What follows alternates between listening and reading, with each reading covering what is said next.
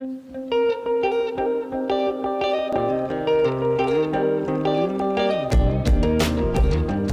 back to the Bible in Context, where context is king and the original author's intent drives our interpretation.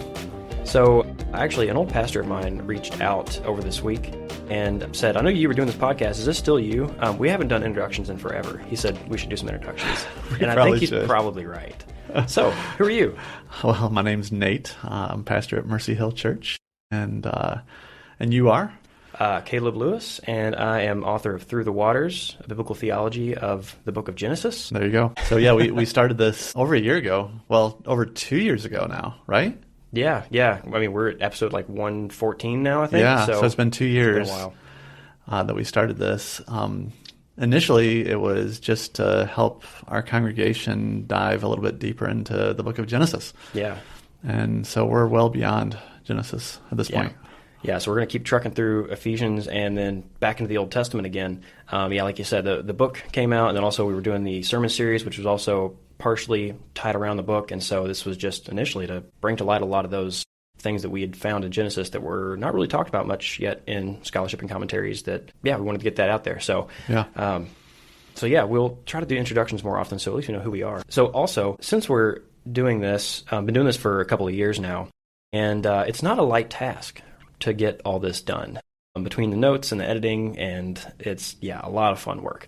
So, which Caleb does like 99% of it. Yeah, it's a lot. I just show up. It's helpful, but the conversation cannot happen one-sided, but all the back end stuff, man. So with that, there are some tools out there that I have sunk enough into getting these mics and whatnot. So if anyone wants to go to the Mercy Hill website. Maybe you can direct where that's at. But we get some tools to help speed the process up, make us more efficient, and help the ministry. So if you want to contribute to help us to improve this podcast, you can do that by going to mercyhillshep.org and go to the giving side of it. And then when you open up the giving portal, there'll be an option on who you want to give to. And so you just click on Bible in Context.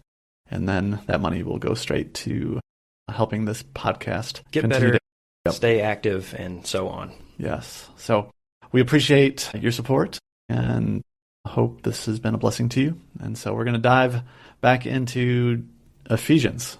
Yes. Okay. So we're in chapter 2 now, and we've just come out of chapter 1 where Paul finished the chapter with a prayer for those he is writing to all understand the depth and the gravity of the ministry that he has called them to, the gospel and the king that they are called to in Jesus. And so that's what he was doing at the end of chapter 1, is praying that they would understand the gravity of that reality. And so in chapter 2 now, he switches back and is going to start to kind of rehash the conversation that we had in chapter 1 in chapter 2 in a new way with some new nuances. Right. Well, and I want to mention too that, and we've talked about this before, the chiastic structure of the first 3 chapters of Ephesians. And so it starts with a song and then a prayer, and then at the end of chapter 3, you've got a prayer and then a song. And so sandwiched between these songs and these prayers, you kind of have the meat of what he's talking about in this letter. And so that's what we're entering into now. This is like the meat. Yeah. So here at the beginning of chapter 2, we start off with the going back to talk about the Gentiles, because that's where we just left off in chapter 1, where he was talking about a we and a you. And the we was the first believing Jews, the apostles, and he's going to refer to them later as the apostles and prophets. And we'll discuss that. That might be confusing. We'll discuss that more later as to why he calls them the apostles and prophets. But here in chapter 2, the first words are, and you were dead in your trespasses and sins. And he's talking about the Gentiles here. Exactly. So we're going to see that same dynamic playing out here in chapter 2. And he's going to switch back to talking about the Jews as well here in just a second. But here, it's kind of cool to see what Paul does. He starts talking about how you once walked following the course of the world, following in the prince of the power of the air, the spirit that is now at work in the sons of disobedience. So he's kind of laying it on thick here to the Gentiles, saying, you guys are the worst. You're right? Dead. Yeah. Your trespasses, children of wrath. And he's going to retract here just a little bit, or at least kind of turn a corner in this next verse. But first, do we want to talk at all about who's the prince of the power of the air? What's going on with the spirit that is at work in the sons of disobedience? Yeah, I think a lot of times in our American culture, we kind of breeze through these kind of passages because from a very young age, we are pretty much taught that what's true is things that we can observe. Yeah. And Paul's worldview, and we see it all over the book of Ephesians, he has an understanding that there is a spiritual realm that is constantly working behind the scenes.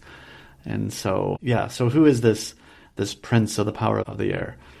Yeah, and so we've talked already a little bit, especially back in our Tower of Babel episode. And again, you can go read Mike Heiser's Unseen Realm or Supernatural, listen to his podcast to hear about the divine council worldview, the idea that the nations at Babel were split up and apportioned different lowercase gods, different Elohim, different spiritual beings that were to guide and lead them until the time of Christ. And this prince of the power of the air is one of those. But especially in the Second Temple period, this idea of all the little g gods out there, there's one supreme accuser who we come to know as Satan, or the Old Testament you would start to see as Leviathan or Rahab, things like that.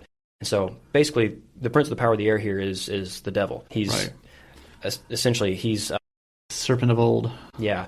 And what he's saying here is that there are those out here who live in a way that is rebellious to God. They're living in the footsteps in the same manner that Leviathan works in. Well, and I think it's interesting that the prince of the power of the air, it's almost like this is the air we breathe. We don't even realize it. You don't see air, but obviously we need it. It's all around us. It encompasses us. And so this power, this adversary is constantly working all around us, and we feed into it.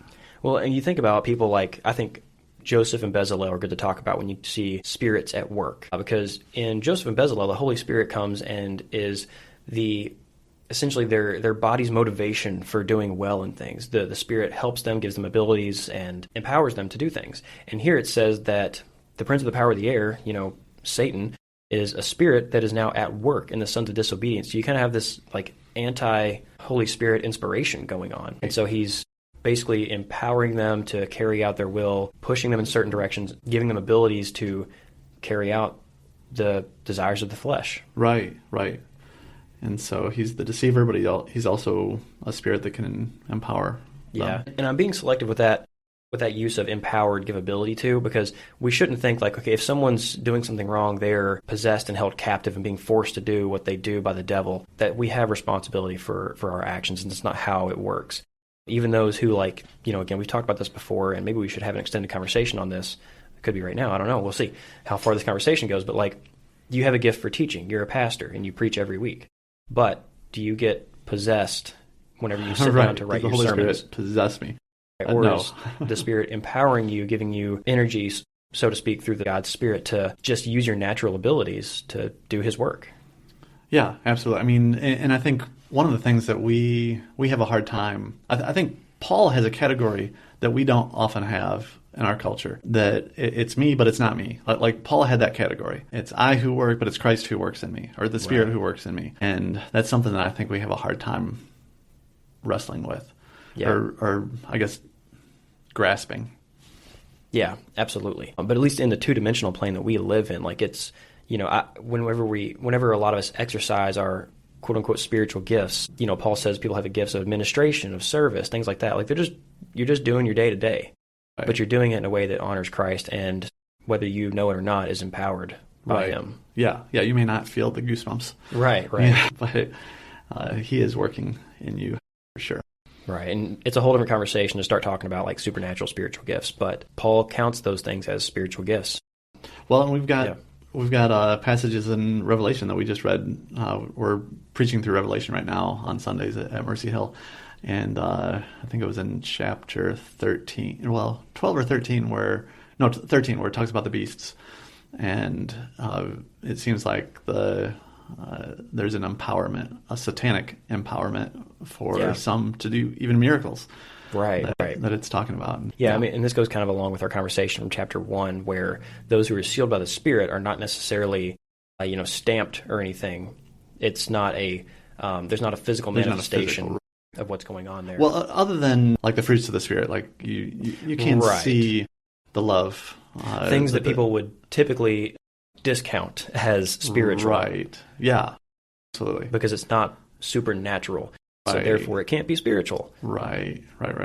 So yeah, here we have Leviathan, the devil, Satan. He is the empowerment behind those who are in rebellion to God, enabling them and furthering them in what they want to do. And so after talking about how horrible all the Gentiles are, having walked in this spirit and in that way of life, he then turns around and says, among whom we all once lived, in the passions of our flesh, carrying out the desires of the body and the mind, and so on. And so this is him turning around saying, you Gentiles are horrible, also we Jews were horrible. This is the opposite of what he did in the first chapter, where he started out saying, hey, look, we Jews have all these blessings. By the way, you Gentiles now share in them. How cool is that? He does the opposite and says, hey, you Gentiles, you were horrible. Also, so were we. Yeah, exactly. So he groups everybody together at this point. So we were all by nature children of wrath. And I think that's his emphasis in verse 3.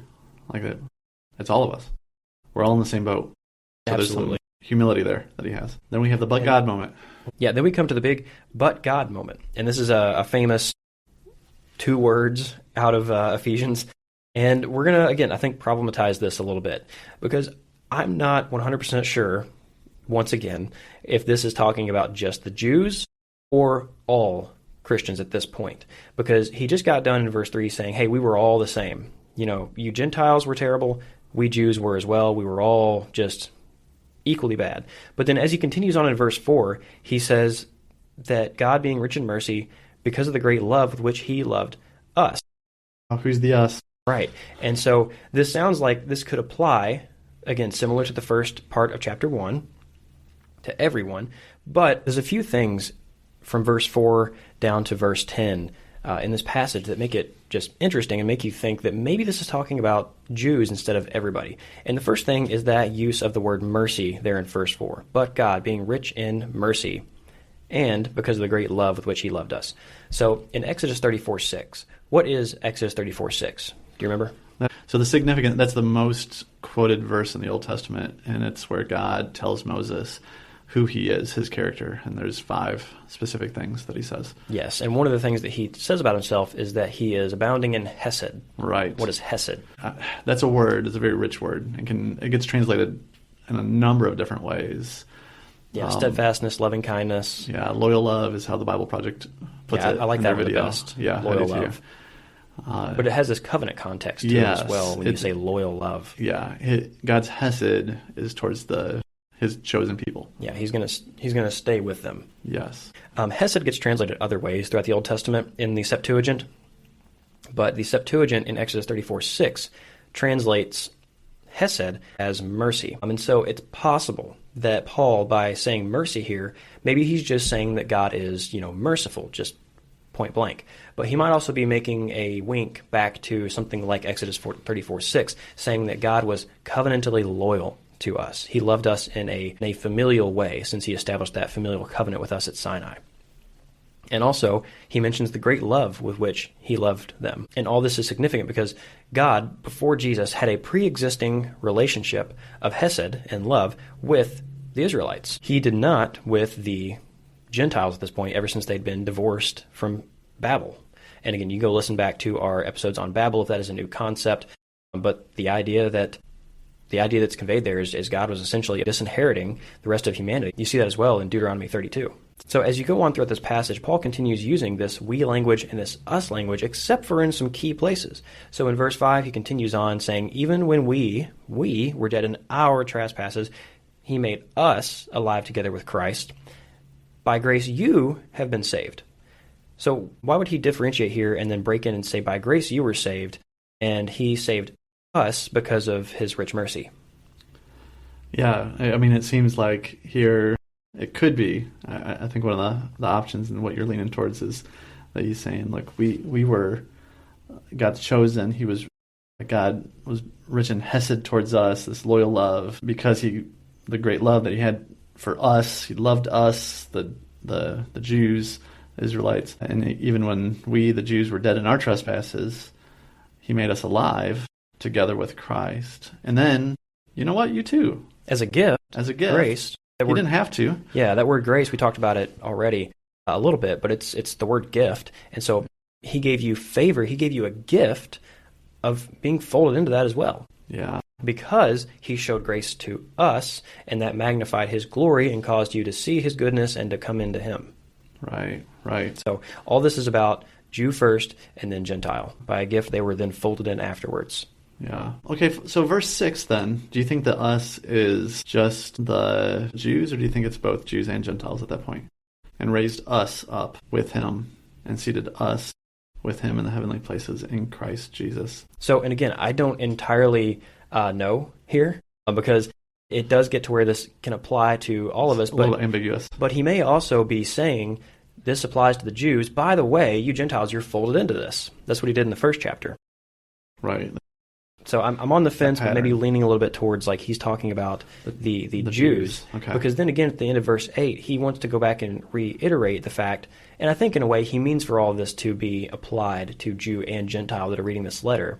Right. Since his whole point is, hey, you were this way, I was this way, and now we're together. Right. We're one. Right. But he does reiterate again in verse 8, again, for by grace you have been saved through trust, through faith, through trust. And going on, again, this is not of your own doing. It is the gift of God, not a result of works, and we'll talk about that as well. And grace may be worthy of some more attention, so we may come back to that here in just a minute or next episode, one or the other. And so what we see in this passage is, again, Paul, he's saying, you Gentiles were terrible, we Jews were also terrible. God in Christ was restoring us because of his loyalty to us from the time of Abraham. And as a gift, you guys were brought into this family as well. And then he says this interesting phrase in verse 9, not as a result of works, so that no one may boast. That's not controversial. All right, so what is he talking about here? Yeah, so what works is he talking about? Yeah. Keep in mind here, first of all, that he's talking to Gentiles only. Right. At this point. And so there's a few different views on this. There's a couple that I find valid. And so the two that I find valid, and I wonder if you see any more, I think we need to look at options that focus on the biblical theological context and the cultural context at the time. So around this, the first option is the Torah, or at least the law, the covenants, are mentioned within the context here and are going to be throughout the next few verses. And so perhaps what you're saying is that despite the fact that you all were not loyal to the covenant that we were, to the law, to works of the law, then God saved you anyway. And so despite your lack of Torah observance, God saved you anyway. So you were talking about like the works of law specific to like the Jewish rituals and right. Because he's talking to the Gentiles. Keeping Torah, keeping righteousness as the Torah dictates, and kosher and all those things. Yeah, all the festivals, all the dietary laws, the clean. Right. In a lot of places, especially in Romans, when we see the word works or law just by themselves, it refers to Torah. Here we just have works, no mention of law. Right. So in the context, since the covenants are mentioned or kind of brought up in the background of the ideas here, it's valid, it's possible. I don't find it the most convincing, and that's because of kind of the social context. There's another way that I think this would be understood. And I think that it is basically they didn't do anything, they didn't have anything good about themselves to warrant honor from God or favor from God to fold them into his family. Now, what I just said is different from Paul saying, you guys didn't earn your salvation. This is not about earning salvation. No one in this time was thinking about trying to earn salvation. Rather, what you were doing, if you wanted to be brought into the house of a royal official or a king or a temple of a deity, you seek to do something to win their favor and their honor. So it's not about earning a judicial status, but about earning the favorable attention of someone. So when he says this, one option is he's saying that you weren't saved by works so that no one may boast. So you Gentiles, you didn't have Torah to tell God, hey, look at me, I'm observing your covenant, so therefore come show love to me. That's one option. Or he may be saying that you all did nothing to warrant God's attention to come to you and bring you in. Remember, this was a gift. That's the point here. So that could be one emphasis that he's giving. Again, I don't think within the social or biblical context anyone is thinking about, if I'm good enough, then I will earn the status of righteous and God will have to accept me. Right.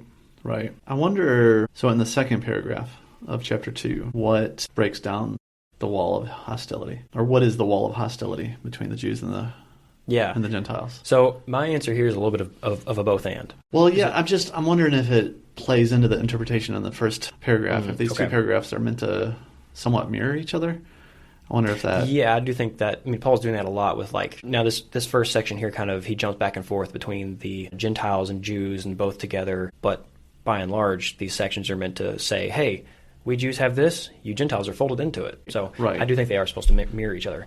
But the dividing wall of hostility that Christ has broken down in his body, what is that? Verse 15, by abolishing the law of commandments expressed in ordinances. Okay, so that's a whole other twist. Yeah, and so I do think that this refers back to Torah and or rabbinic law at the time, or perhaps misinterpretations of Torah as well. And so within Torah, you do have places where, Moabites can't come in. The Israelites are a holy nation. They're fit to be in God's space, but others are not unless they come into Israel. And so that's why you need to be a proselyte if you're going to come to Yahweh, because there was a debate back in this time of, hey, can Gentiles, can these people who Acts calls God-fearers actually be considered part of God's family? Or are they on the outside because they have not fully become Israelite completely culturally? That was a debate. And so it could be that what Paul means is just Torah. Torah was keeping you guys out as a cultural. If you remained part of your current cultural entity, you could not become part of God's family, even if you were, a believing righteous person, because you've decided to stay outside of his family. Maybe that's what he means. It could also be related to some of the extrapolations that the rabbis took. You see a lot in the Pharisees about them taking God's laws and adding to them, making them more tight and stringent without any actual concern for righteousness, and which that also included the putting up barriers socially between Jews and Gentiles even more so. So maybe he's talking about that. I don't know. It could be a both and. But either way, this thing that was related to Jewish identity and their idea of Torah-observant Yahwism is now broken down. Well, first of all, the rabbinic stuff didn't matter anyway. The cleanliness laws, all those symbolic things that point towards Jesus, well, the reality is here. There's no need. He's declared us all clean, so we don't need those anymore. All the reminders that we have through the festivals, those aren't needed anymore. Jesus just says, hey, here's baptism and communion. And as far as the moral laws, well, he one-ups them and says, actually, it's about your heart. It's been about that the whole time. You guys just didn't realize it. So basically, all the cultural markers are gone, and the righteousness is still there. And the loyalty to Yahweh, which really what matters, is still the point. Right. So going back to verse 8 then, so by grace or by gift, you Gentiles have been saved through trust, pistis, right? Pistis, faithfulness. Right. And this is not your own doing. It's a gift of God, not as a result of works. And so do you think that second paragraph helps inform? 'Cause I guess it could go either way. Like, it doesn't eliminate either one of the options that you presented. And that's why I'm not fully off of this could be a reference to Torah. Right. I'm not off of that entirely, because that makes a lot of sense within the context, and it could be that Paul is saying, hey, we had a covenant with God. Right. We had laws we were observing to, we had a covenant with him, so he had his eyes on us. You guys didn't have any of that. Right. And so, it wasn't because of any sort of loyalty he came to you. He just said at the beginning of this paragraph that it was his mercy, probably his covenant loyalty, that brought salvation to the Jews, because God had promised that since Sinai and the prophets and all that, so he was being faithful to his word. He didn't have to bring you Gentiles in. You guys didn't have any covenants with him. Yeah, that's one way to take it. I think that's perfectly valid, but I do think that the other sense might make a little more sense, or it could be a combination of the two, because they really can go hand in hand, because he's saying, since you guys didn't have Torah, you guys didn't catch God's attention to bring in his favor. Likewise, this could just mean by works, you guys didn't do something spectacular that brought God's attention and favor on you. Right. It's kind of the idea of, rather than trying to do certain works to accumulate righteousness or to earn a status because you've kept within certain boundaries, it's rather, think about if you are competing, if you're playing football and there's a scout in the stands, you are looking to do something to earn his favor. You're not checking off boxes. That's not the point. The point is you've done some work that is spectacular in the eyes of that person to earn their favor. That's how they thought about this kind of stuff. Local governors or the emperor, you gain favor and honor by doing something spectacular. Right. So the Gentiles have done none of that. You're dead. Right, exactly. Right. And Right. here, the works may have been, you've done nothing righteous. It could have been about righteousness. I think that's the point. It's about righteousness. But it's not about checking off enough boxes to get into heaven or Right. to earn salvation. Right. So you've got no reason to boast. And then what do you do with verse 10? So there's a little bit of a play on words here, right? Mm-hmm. For we are his workmanship created in Christ Jesus for good works. So who's the we? It's a good question. And that's where, again, it starts to seem like he's talking about everybody, because regardless, this applies to the whole community. Right. And it says that which God prepared beforehand that we should walk in them. Now, this could be taken two ways, and I think actually it may depend upon which view you take on who the we is. Is the we the whole church, or is the we the Jewish community that the Gentiles are then folded into? Sorry, the Israelite community, to be more precise. Yeah. New Israel, or restored Israel. Not new Israel, restored Israel. I got to be so careful. There's so many little nuances and things in 2,000 years of subpar theology to wade through. Anyway.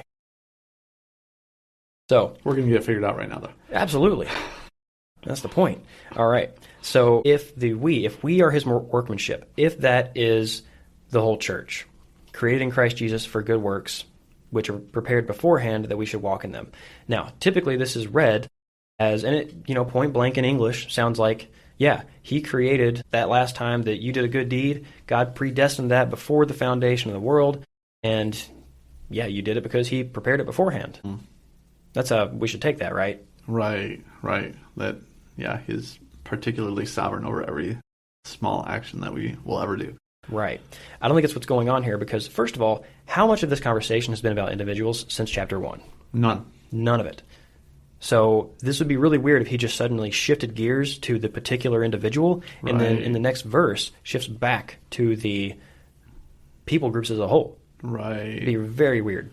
And I don't think that's what he's doing. So when it means that he has prepared works beforehand, I think it's talking about the fact that he has established a way of living before the church was formed. And so that could be one of two events in my mind. One is Sinai. They were given a law and a covenant. They were told how they are to be a nation, a kingdom of priests. Right. It could also refer to essentially the recapitulation of that event in Jesus as he gives his Sermon on the Mount telling people, like, this is the way you're supposed to live. And then follow my example as I show you how to live as a Jesus follower. So could it even go all the way back to Genesis and being made in his image to subdue the earth? Oh, yeah. Yeah, I think so. Yeah. I mean, ultimately Sinai is just establishing Israel to fulfill the function of a new Adam and Eve. Right. So yes, I think there's more specificity the later you go. But yeah, this goes all the way back to the very beginning. His intention for humanity from the beginning was to spread his goodness into the badness. Right. That's what the kingdom of priests does. That's what we do, is we love others and share the gospel. Ambassadors, witnesses. So regardless of which event you see this as, I think that's what's going on. It's about him establishing a general rule for a community in the way they live righteously. What kind of works are they about? What do they do? Right. What are their actions? So it's not that the works saved us, but it's the natural response of who God has made us to be. Yeah, and embracing that. Well, and even the fact that if you are part of this community, if you share in this identity, you live in a way in step with that identity. Absolutely. With that church. And so conversely, if you decide to leave behind the way that the family of God lives, you have also removed that identity from yourself. Right. And, okay, so does this... Let me say one more thing before you... I probably should just mention, this is about a pattern of life. Where do your loyalties lie? This is not about, oh man, I yelled at my kids, or I, looked at that woman the wrong way, or something like that, just one action, and now you're outside the family. It's, did you turn back? Do you look to Christ? Who are your loyalties to? Yeah. That's how we walk in step in the works that he has given us. Yeah. That's a good way to articulate it. It's a pattern of life. It's not one failure, one mistake, or one act of rebellion isn't going to kick you out of the family. Right. Even though, I said something stupid to my wife, my loyalty as my lover is still to her, so I'm still married at the end of the day. Right. Unless you just decide that, I want to fully take on an identity that is not in step with this marriage anymore and walk out of it. Right. Like infidelity. Right. Exactly. Which is why throughout the Bible, idolatry is compared to adultery. Yeah, Hosea says, like, because of that, you've committed whoredom, and so we are divorced now. Right, right. I think there's a natural bridge into a discussion that you had mentioned earlier about grace and what it is, because I think it fits well into how we're framing this passage. So then what we'll do is probably take that issue of grace, and the first thing we'll talk about in the next episode is we'll start to define grace a little better, because it's a really tricky word, but it's very packed full of meaning, especially cultural meaning, in ways that we don't always mean it. So we will pick up with that first thing next time. Sounds good.